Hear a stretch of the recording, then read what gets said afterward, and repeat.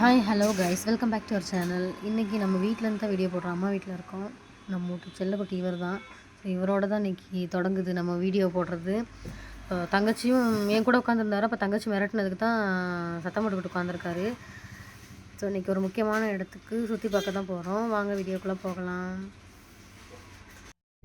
So சின்ன ஒரு makeup பிடிச்சாச்சு. இப்போ நம்ம எங்கே போகிறோம் அப்படின்னா, சின்ன வயசில் வந்துட்டு அடிக்கடி போய் அங்கே தான் விளையாண்டுட்டு வருவோம்.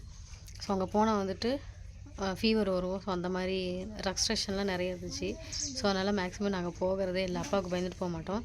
இப்போ வந்து ஆஃப்டர் மேரேஜ்க்கு அப்புறம் இப்போ அப்படி ஒன்றும் பிரச்சனை இல்லை, ஆளும் கம்மி. அதனால் போயிட்டு வரலாம் அப்படின்னு சொல்லிட்டு ஹஸ்பண்ட் சொன்னாங்க. ஸோ அதனால் தான் நான் வந்து குளிச்சிட்டேன். எனக்கு அங்கே போய் குளிக்கிறதுக்கு அவ்வளோ இன்ட்ரெஸ்ட் இல்லை. ஸோ நான் குளிச்சிட்டேன். ஸோ ஹஸ்பண்டும் தங்கச்சி ஸோ நாங்கள்லாம் தான் போகிறோம். ஸோ தண்ணி எவ்வளோ தூரம் வருதுன்னு தெரியல. ஸோ இதுதான் போய் தான் பார்க்கணும்.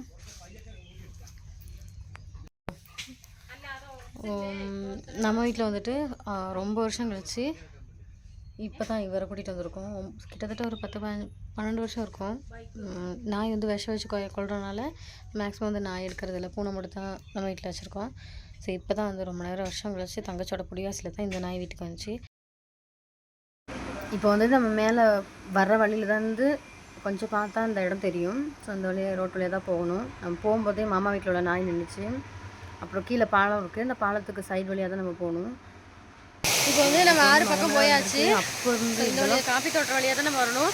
மேலே ஒரு வழியாக வரலாம். ஸோ அந்த வழியாக வரலாம். நம்ம கொஞ்சம் ரோடு கொஞ்சம் சரியில்லை, இறங்கி வர முடியாது. ஸோ நம்ம இந்த வழியாக ஒரு டேவ் இருக்குது. ஸோ அங்கே வந்து மாமா வீடு தான் இருக்குது பக்கத்தில். ஸோ நம்ம அந்த வழியாக தான் வந்திருக்கோம். ஸோ இப்போ காட்டுறேன் பாருங்க எப்படி இருக்குதுன்னு சொல்லி.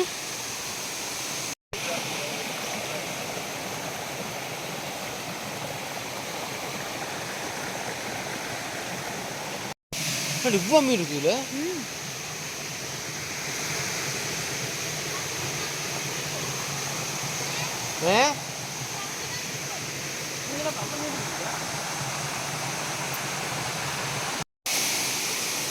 ஸோ இதுதான். ஸோ தங்கச்சியும் மாமாவும் முன்னாடி போயிட்டாங்கங்க.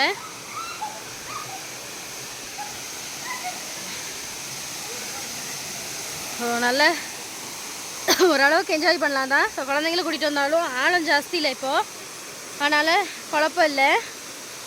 இந்தா அவர் 2 பேரும் ஆட ஆரம்பிச்சிட்டாங்க. தண்ணி தெரிக்காமல் விளையாடுங்க. ஸோ சின்ன பிள்ளையாக இருக்கையில் இதோட நல்லா ஆழமாக இருக்கும். ஸோ நிறைய ஆக்சிடெண்ட்லாம் இங்கே ஆகிருக்கு. மழை பெஞ்சிட்டா இன்னும் தண்ணியெல்லாம் ஜாஸ்தியாக வரும். ஸோ மாமாவும் சரி சும்மா வந்துட்டு போகலாம் அப்படி சொல்லி தங்கச்சி கூப்பிடவும் சொல்லி வந்துட்டு போனாங்க.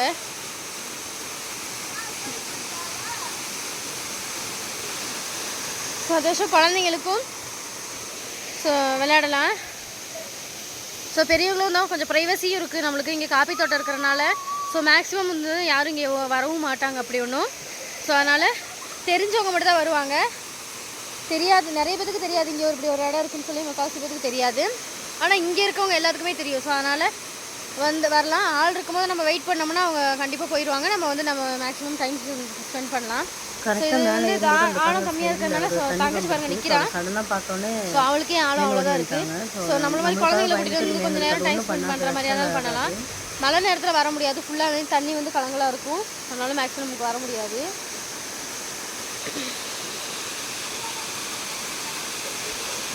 குறுக்க அந்த கௌசிக் வந்தான்.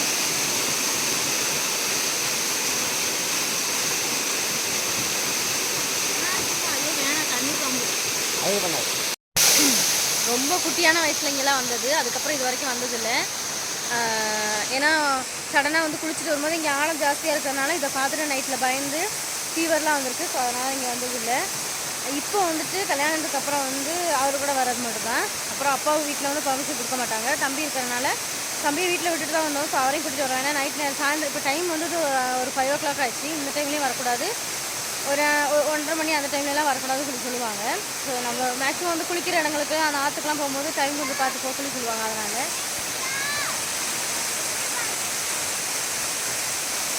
ஸோ அது வந்து தங்கச்சி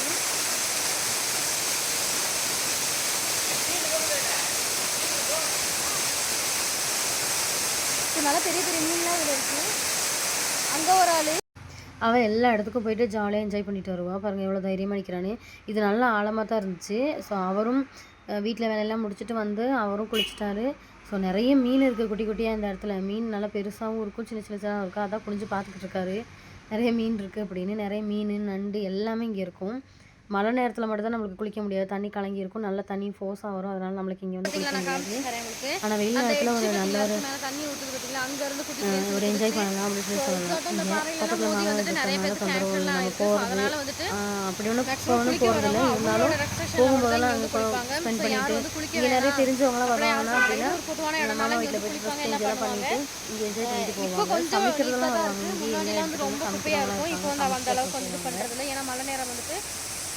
ஸோ நாங்களும் இங்கே என்ஜாய் பண்ணிவிட்டு அப்புறம் அப்படியே மெதுவாக கிளம்பிட்டோம். டைம் 6 மணி ஆச்சு. ஸோ தம்பி வீட்டில் இருக்கான். அப்போ அதனால் நாங்கள் இங்கே எல்லா வேலையும் முடிச்சுட்டு நல்லா என்ஜாய் பண்ணிவிட்டு அப்படியே கிளம்பிட்டோம். ஸோ இதே மாதிரி நம்மளோட வீடியோ வந்துட்டு சப்ஸ்கிரைப் பண்ணி சப்போர்ட் பண்ணுங்கள். இதே மாதிரி இன்னொரு வீடியோவில் பார்க்கலாம். ஸோ அது வரைக்கும் டாட்டா பாய். தேங்க்யூ ஃபார் வாட்சிங்.